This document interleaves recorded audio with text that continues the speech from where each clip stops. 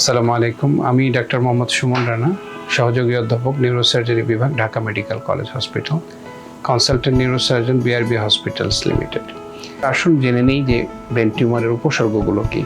যে মাথা ব্যথার ধরনটা যদি এরকম হয় যে হঠাৎ করে নতুনভাবে মাথা ব্যথা দেখা দিল কারো এবং মাথা ব্যথাটা বারবার হচ্ছে এবং তীব্রতার দিনে দিনে বেড়েই চলেছে, এবং এরকম যদি হয় যে মাথা ব্যথাটা সকালবেলা বেশি হচ্ছে এবং মাথা ব্যথার সাথে সাথে বারবার বমি হচ্ছে এবং মাথা ব্যথার সাথে সাথে চোখে সে ঝাপসা দেখছে, তো সেক্ষেত্রে আমাদেরকে বুঝতে হবে যে এই মাথা ব্যথার ধরনটা স্বাভাবিক মাথা ব্যথা নয়, এটা হতে পারে আমার ব্রেনে কোনো টিউমার আছে। এবং সাথে যদি খিঁচুনি হয়, যে আগে কখনো খিঁচুনি ছিল না, হঠাৎ করে দেখা গেল যে খিঁচুনিতে আক্রান্ত হয়েছেন উনি, তো সেক্ষেত্রে এটাও মাথা ব্যথা ব্রেন টিউমারের একটা বড় ধরনের উপসর্গ। আর যদি দেখা যায় যে আস্তে আস্তে কোনো একদিকে হাত পা অথবা বডির এক সাইড দুর্বল হয়ে যাচ্ছে, কথাবার্তা অস্পষ্টতা চলে আসছে, সেটা ধীরে ধীরে দিনে দিনে বেড়ে চলেছে, সেটাও একটা ব্রেন টিউমারের একটা বড় ধরনের উপসর্গ। কারো যদি এরকম হয় যে হঠাৎ করে ব্যালেন্সের সমস্যা হচ্ছে, অর্থাৎ যেতে গেলে পড়ে যাচ্ছে কোনো একদিকে, ডাইনে অথবা বামে, তো সেটাও একটা ব্রেন টিউমারের বড় ধরনের উপসর্গ। আর বিশেষ করে ব্রেন টিউমারটা একটু বয়স্কদের বেশি হয়, আবার ডেফিনেটলি বাচ্চাদের কিছু ব্রেন টিউমারের উপসর্গ আছে, যেটা বাচ্চারা কিন্তু বলতে পারে না আসলে টিউমারের উপসর্গটা কি। তো সেক্ষেত্রে আমরা যেটা দেখি যে বাচ্চাদের উপসর্গের মধ্যে মেইন যেটা, যে হাঁটা শিখছিল সে, কিন্তু হঠাৎ করে সে হাঁটতে পারছে না, পড়ে যাচ্ছে, অর্থাৎ তার হাঁটার শেখার যে গতিটা বা মাইলস্টোন সেটা ডিলেড হয়ে গেল বা হাঁটতে পারলো না, আর সে পড়ে যাচ্ছে। এটাকে আমরা বলি গেট অ্যাটাক্সিয়া। অর্থাৎ বাচ্চাদের মাথা ব্যথা বলতে পারবে না, সকালবেলা উঠে বমি করছে, বারবার বমি করছে এবং হাঁটতে পারছে না, এটাই কিন্তু বাচ্চাদের টিউমারের একটা বড় ধরনের ব্রেন টিউমারের একটা বড় উপসর্গ। তো এই উপসর্গগুলোকে যদি আমরা বুঝতে পারি খুব আর্লি এবং সংশ্লিষ্ট চিকিৎসকের পরামর্শ নেই খুব দ্রুততার ভিত্তিতে, তো সেই ক্ষেত্রে আমরা যেটা করি যে এই ধরনের উপসর্গ যদি দেখা দেয় কারো মধ্যে, আমরা সিটি স্ক্যান অফ ব্রেন অথবা এমআরআই অফ ব্রেন, আমরা বেশিরভাগ ক্ষেত্রে এমআরআই অফ ব্রেন করে থাকি, করলেই দেখা যাবে যে হ্যাঁ, তার ব্রেনের মধ্যে একটা টিউমার আছে। তো সেই টিউমারটা যখন আর্লি ডায়াগনোসিস হয়ে গেল, যদি ছোট অবস্থায় টিউমারটা ধরা পড়ে যায়, সেক্ষেত্রে চিকিৎসার আউটকাম কিন্তু অনেক ভালো হয় এবং চিকিৎসার জটিলতা কম হয় এবং মরবিডিটি মর্টালিটি যেটাকে আমরা বলি, চিকিৎসাজনিত কারণে মৃত্যুর ঝুঁকি বা পক্ষাঘাতগ্রস্ত হওয়ার ঝুঁকি, এটা অনেকাংশে কমে যায় এবং আউটকাম খুবই ভালো হয়।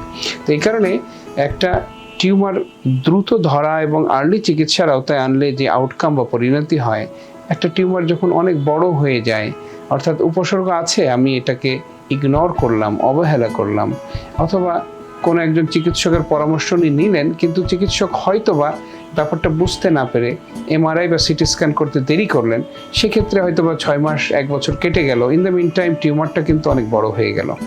তখন চিকিৎসা করলেও টিউমার যে ব্রেনের ক্ষতি করেছে, ব্রেন যে ড্যামেজ করেছে, সেটা কিন্তু আর ফিরে পাওয়া যায় না। ইভেন সার্জারির সময় জটিলতা একটু বেশি হয়, অপারেশনের পরে মর্টালিটি মরবিডিটিও বেশি হয়।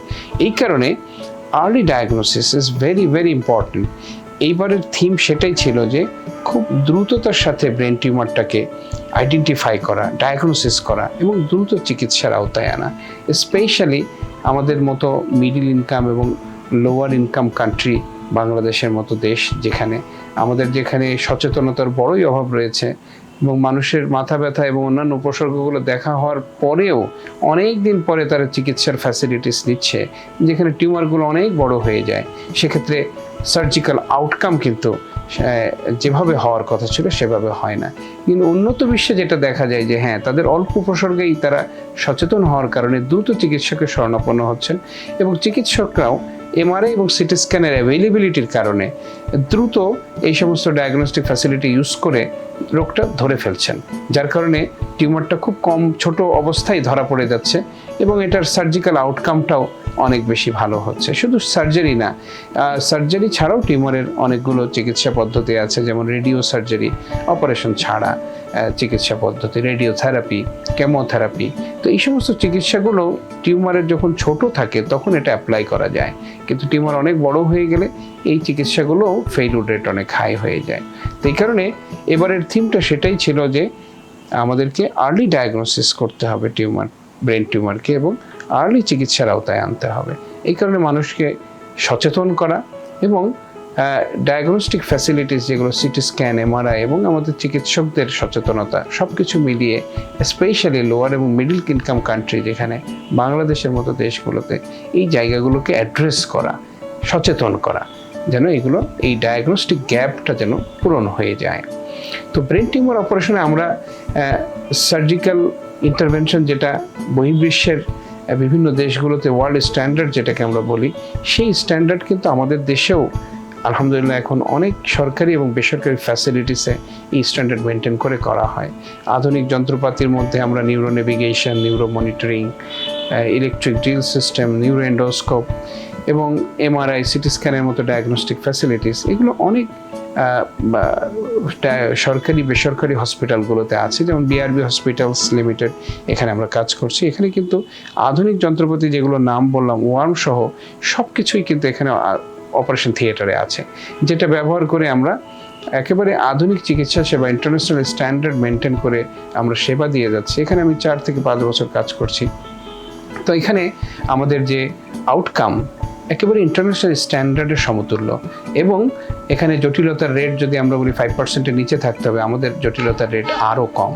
তো এই আধুনিক ফ্যাসিলিটিসগুলো ব্যবহার করে মানুষের সেবা দিলে ডেফিনেটলি ব্রেন টিউমার সার্জারির আউটকামটা অবশ্যই ভালো হচ্ছে। তো এটা আগে যেমন ছিল, আধুনিক প্রযুক্তির অভাব ছিল, কিন্তু প্রযুক্তির প্রসারের সাথে সাথে আমাদের সার্জনদের স্কিল বাড়ার কারণে বাংলাদেশের নিউরোসার্জারিও এখন এমন একটা উচ্চতায় পৌঁছেছে যেখানে আমরা অনেকটা জটিলতা ফ্রি এবং সফল নিউরোসার্জারি আমরা বাংলাদেশে মানুষকে উপহার দিতে পারছি। আরেকটা জিনিস আমাদেরকে বুঝতে হবে যে আমরা আমাদের দেশের মানুষেরা ব্রেন টিউমার মানেই মনে করেন যে এটা একটা ডেথ সেন্টেন্স, অর্থাৎ ব্রেন টিউমার হলে আমি আর বাঁচবো না। কিন্তু এটা আমাদেরকে বুঝতে হবে যে ব্রেন টিউমারের 75% অর্থাৎ 4 জনের মধ্যে 3 জন ব্রেন টিউমারে আক্রান্ত রোগীরই এটা বিনাইন টিউমার, এটা কোনো ক্যান্সার নয়।